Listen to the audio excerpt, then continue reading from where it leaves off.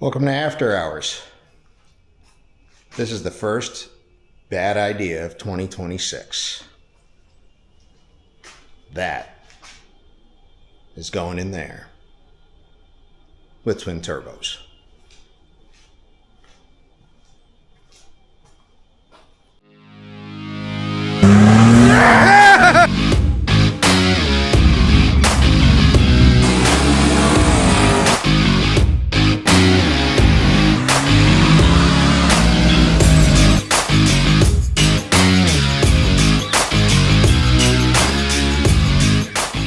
So what we're going to be doing is taking a look at this thing.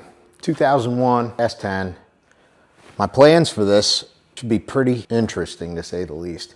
So what we're going to be doing, we're going to put this thing up on the lift. We're going to go around it, take a look at it, check it out, because honestly, I haven't even had it on the lift yet. I brought it home, parked it, haven't done anything with it since. We want to check it out, make sure there's no rust, make sure everything looks good, chassis good, no frame damage. It looked really clean from what I can see, just crawling underneath it. This is a stock 4-cylinder truck. There's no modifications done to it whatsoever other than aftermarket head unit. But we got to strip this. We're going to be pulling the bed liner out, pulling the bed off, pulling the front end off, stripping all the wiring out of it, pulling the fuel cell, the motor, the tranny, the rear end, the suspension, everything is coming out. It's going right to a bare chassis so we can paint the chassis. We also have a tubular front end coming from 417 Motorsports. I'm waiting on that to get here. I'm hoping I have that by the end of January, so that would be perfect. But in the meantime, we're gonna get this thing stripped, get it all prepped. I gotta figure out where we're gonna do the radiator. I'm thinking putting a radiator in the bed in this truck. It's gonna get a fuel cell in the back, an ice tank in the back. It's going to probably get the radiator in the back. I want to leave as much room underneath the hood for my turbos as I can. I want to keep things nice and clean, easy to work on. I have a couple sets of LS turbo headers to use, but I don't know what direction we're going yet. It's kind of up in the air. You guys got any ideas or any input putting the radiator and fans in the bed? Let me know. Another thought I had would be to basically we'll drop the fuel cell here and the ice tank next to it, keep that weight pretty even. If there's enough room, I'm thinking a 15-gallon fuel cell. It's still going to be driven on the street. It's going to be on E85, so it'll be a street truck. But I'm thinking maybe fuel cell, battery, and fuel cell, ice tank, battery. That way, fuel cell, ice tank, battery. And then possibly put the radiator, if there's room with the 9-inch that's going in it and the anti-roll bar, if there is room, I might put it under the bed in the back just to keep it in maximum airflow. I don't know if it's going to work. We're going to find out. But if you guys got any thoughts, leave a comment. I'm all open. I don't know what color I'm going to paint this truck yet. I don't know if I'm going to wrap it. I don't know exactly what hood we're going to run. I'm working with some good companies. No sponsorships. This truck is completely funded by me, and it hurts a lot. Any of you guys that built a race car know. It is not a cheap ordeal to do nicely. And I want to build this truck really nice. I really want it to be a showpiece, hoping to expand my racing program this year and next, and kind of get away from just bolting some stuff on and having fun on the weekends to actually putting together a decent program. So I reached out to Matt, Funkhauser Race Cars. Huge props to that guy. He builds some amazing stuff. His quality is literally second to no one. I have his fabricated 9-inch sitting over there, and we did it shortened 1 inch per side, set up for leafs. We're going to be running split mono leafs in this thing with a 2-inch drop and AFCO shocks, front and rear. Love my AFCOs. Another great guy to work with is Brian at Madman Racing. Highly recommend reaching out to him. Both him and Matt, they'll talk to you on the phone. You can text them. Really great guys and really know their stuff. I stand behind those businesses where you can actually talk to the owner. You can talk to the guy that figures out everything. Nothing against the big box stores. Summit's been great to me. Jegs has been great to me over the years. They're all great to work with. but I really like working one-on-one. I like smaller shops. I'm a small business owner. I have a little construction company, nothing fancy, but I really like interacting person to person with people. So got Brian's AFCOs in my s10 Trailblazer, messaged him at the track, pulled the front tires a little bit. He literally gave me shock settings over the phone. I'm not a racer. It's not my profession. I'm learning this stuff just like a lot of you guys are.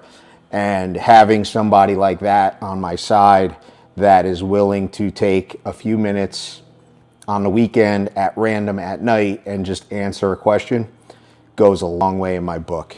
So this build is going to start off, I want to get it scaled.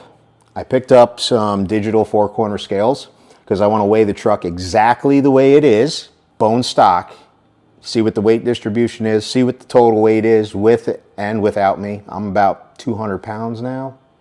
I got to lose some of that. Maybe it'll make me a little faster. But anyways, I want to get that scaled. So we're going to be scaling it in this video. We're going to be going through the truck and seeing what we find. Hopefully nothing bad.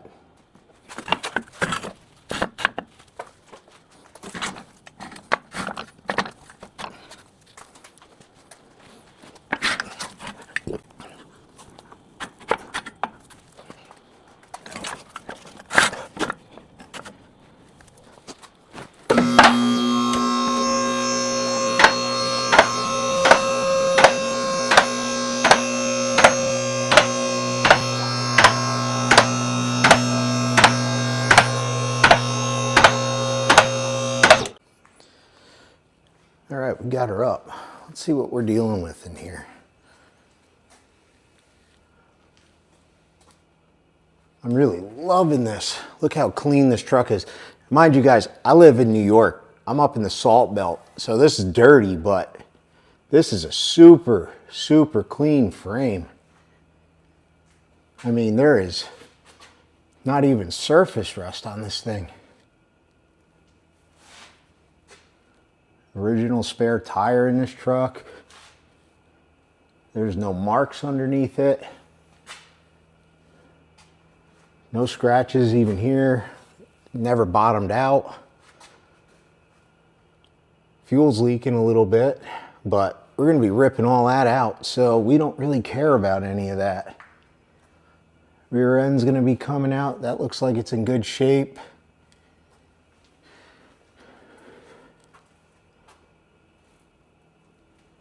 Yeah, I'm loving this. This is gonna be awesome.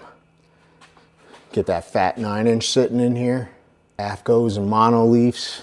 I got Matt at Funkhauser Race Cars. He didn't just build me the 9-inch. I got his whole rear suspension. So he's got his own version of CalTrack bars, adjustable mounting points for the leaf springs, adjustable mounting points for the shocks. Look how clean. This is awesome. No delamination anywhere. Anyways, so I also got from Matt, like I was saying, the whole rear suspension to this thing. And even the motor's pretty good. Got a leak there. He has just the baddest mounts. He makes a anti-roll bar for the back, which we're going to be putting in. He's got billet end links for the roll bar. All his shock mounts. Everything is just top tier. I'm super excited. Maybe I'll just show you guys. Anyways. This is the baby. Hang on. Let's roll this up. Funkhauser Race Cars. Billet fill cap. Got the drain on the bottom. All boxed. And this thing is absolutely beautiful. Ford Torino big ends. Bent me brake lines with AN fittings. This thing is gorgeous. Here. Let's see. Check out those welds. Simply badass. One thing I really love that he does, because the 9-inch is always offset. My OCD drives me nuts when things don't line up. So he builds his housing bigger so the visual impact from the back, it's even on both sides. Little things like that are just awesome to me. This is his whole suspension setup. We'll go through and unbag all of this stuff, but he sends you all the hardware, all your mounts. The adjustment points are endless on these things. Here's those end links. Look how beautiful that is. So pumped. But we got TBMs going on this thing, 408, and a bunch of parts up there, some motion goodies. But all in all, I'm super pumped about this truck. I noticed right here, this is pretty much the only thing I've seen, and it's kind of hard to see on camera, but there's a little dent right here. The rest of this is good. Even underneath, the seams are all perfect on this truck. It's almost a shame to cut it up, but it's a beautiful starting point. So we're gonna get to tearing this thing down and get to work. Picked up some 4-corner scales. Haven't used these yet, so I have no idea how this goes.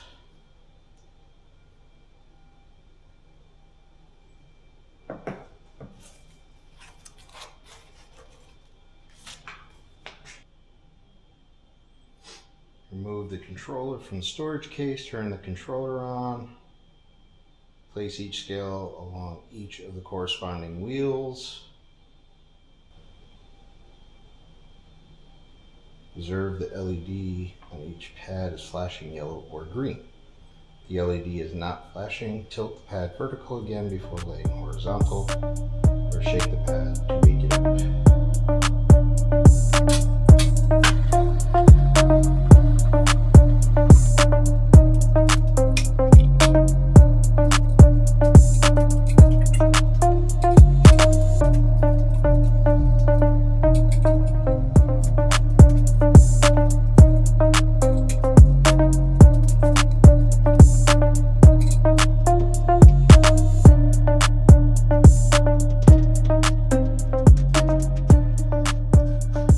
As it stands right now, the truck weighs 3162.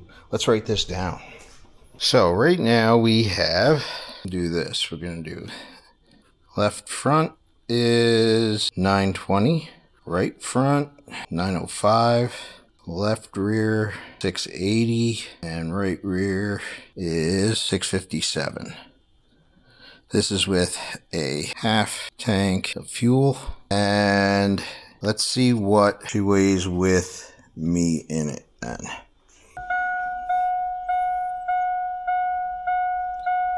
So 3368 with me in it. Not horrible. Not a bad starting point at all. I think we can work with that. All right. Let's see. We're gonna write this on the whiteboard, save those weights. I gotta look back at this video to get weight with me in it. Empty and with driver. I'm gonna have to lose some weight before racing season starts. All right, let's get this thing off the scales and scales put away. It's a pretty nice set. These are from Speedway Motors. They were probably the most budget ones I could find, but they're all individually labeled, left, right, rear. These are Now that we got this thing scaled, transferred my numbers over here to the whiteboard. So pretty happy with that. I thought it was gonna actually be a few hundred pounds heavier, but I don't think I'm gonna have any issues getting this thing well under 3,000 pounds. I feel like there's something that is absolutely a requirement before beginning any build. That's the burnout.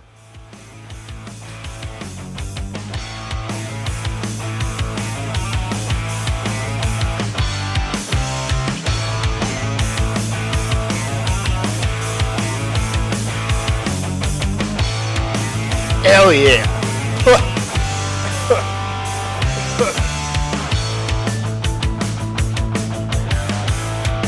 I think we'll call that a success.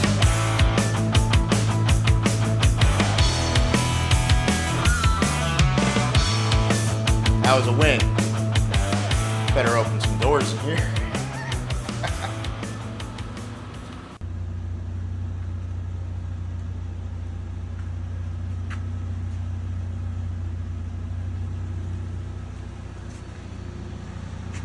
One legger, not for long. We're gonna start stripping this thing down, get the front end off, get the hood off it, get the bed off of it, and take it from there.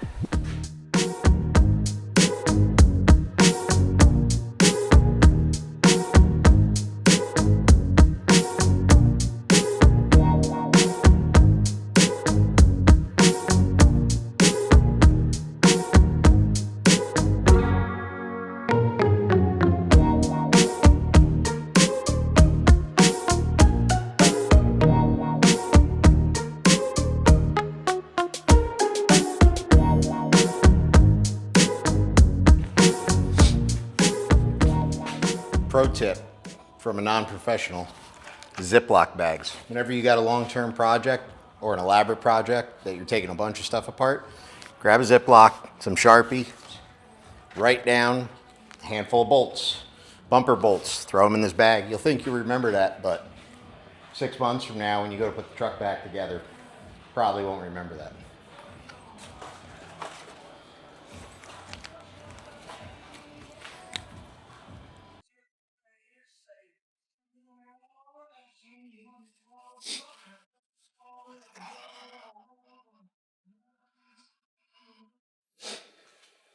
A lot of this stuff I'm not going to be reusing, most of it actually, but it's always good to have it.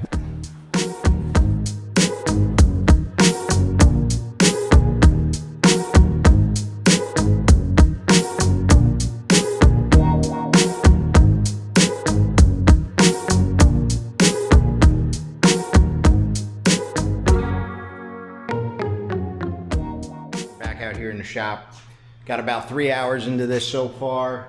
So far, everything's coming out pretty good. Got the radiator out, the AC out, started disconnecting all the wiring harness. Got a bunch of brackets out, obviously the grill, bumper, all that stuff. We got all that right here. So, kind of saving all those parts. The body parts we're going to reuse for the most part, probably swap out the front bumper, but we'll reuse the grill and lights. This will still be a street truck.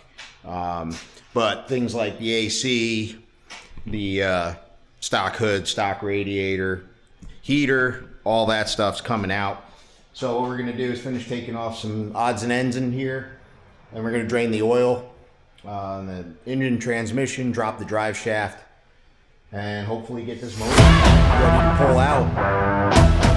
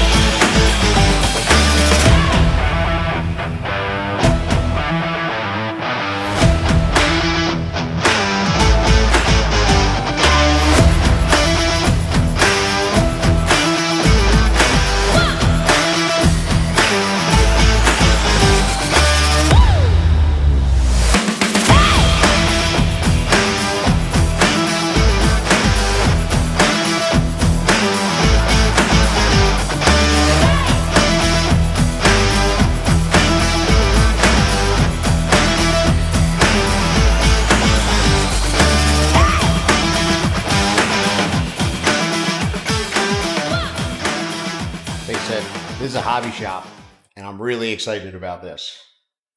A lot better to clean up, drain fluids, and then get them the hell out of here. It's the little things, you know?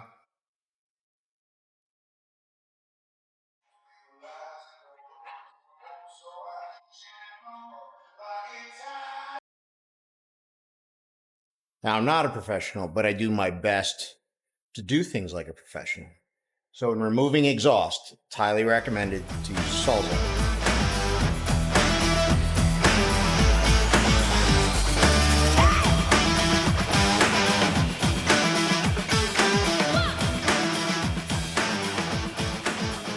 Because efficiency is key to being successful.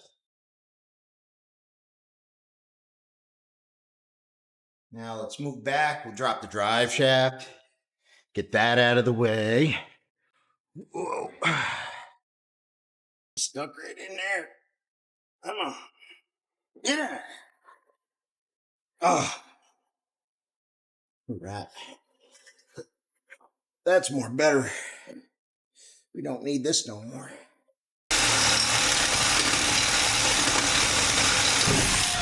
Hi, Moose. Come here, buddy. Hi. What are you doing? You're all wet. It's raining out. It's raining, Daddy. And get you all greasy. All greasy. Come here. That's my big guy. Mwah. Did you get your daddy? I don't know if you can see, but my wife and dog are home now, so I'm gonna probably hammer out a couple more hours down here. Go have some family time. Make sure you guys split that up, half and half, you know?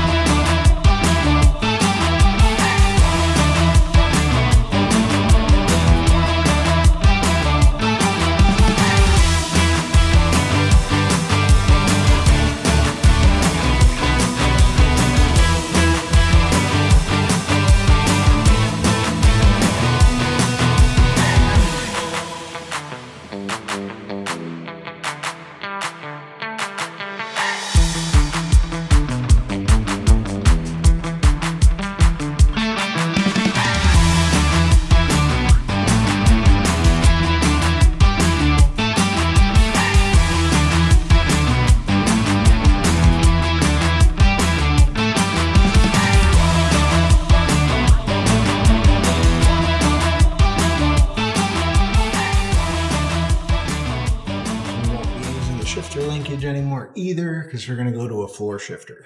Probably the new Motion electric shift power glide shifter. I'm leaning towards that. But I got to figure out if I need more than just a regular 12 volt, because we're going to have an electric water pump, the electric fans, big fuel pump.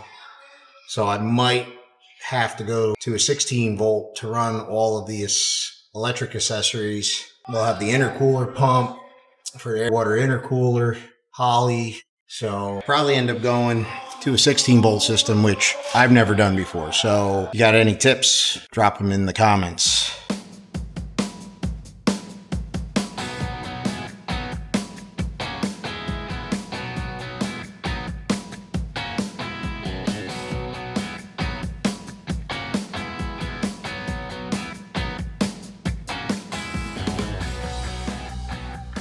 I think to make this easier on myself, what we're going to do is pull the core support off. This way I can just pull that motor straight out with the transmission, not try to fight everything. Make things a little easier for myself. Work smarter, not harder, they say, right? Yeah.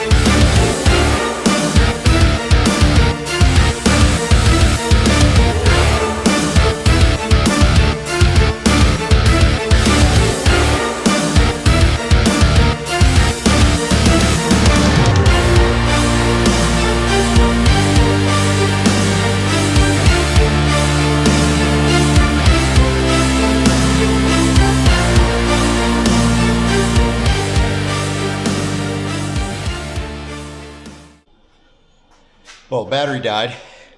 Didn't even realize it. So, almost got the motor out now.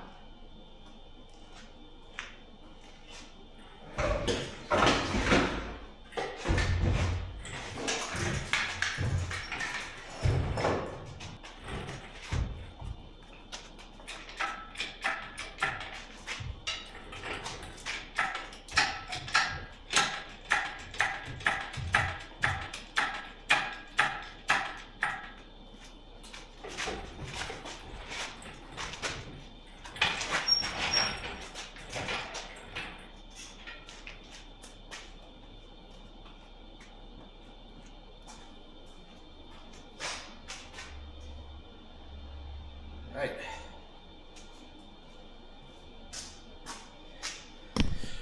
That wasn't too bad. I got to put another bag on our transmission. But again, some minor surface rust, but everything looks pretty good in there. It was fighting me, so I just went and cut the 2 engine mounts right off the frame there. This way I could slide it out without the exhaust getting in the way and anything else. So we'll get this thing put over in the other side of the shop. Side of the shop. Clean up our mess. And probably call it for the day. Tomorrow's going to be another day.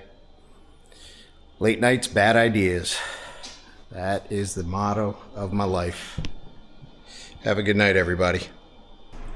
I almost forgot. Next video, we're going to be doing some more removal of all the miscellaneous wiring. We're going to start getting some brakes and stuff out of here, get the heat and AC out of it. Probably pull the seats, start pulling the dash, maybe even pull the bed. But next video will be more dismantling, getting us closer to getting to the bare chassis. Stay tuned. Thanks for watching. Like and subscribe, leave a comment. You want to see anything in particular, you got any questions, let me know. Be happy to answer them for you.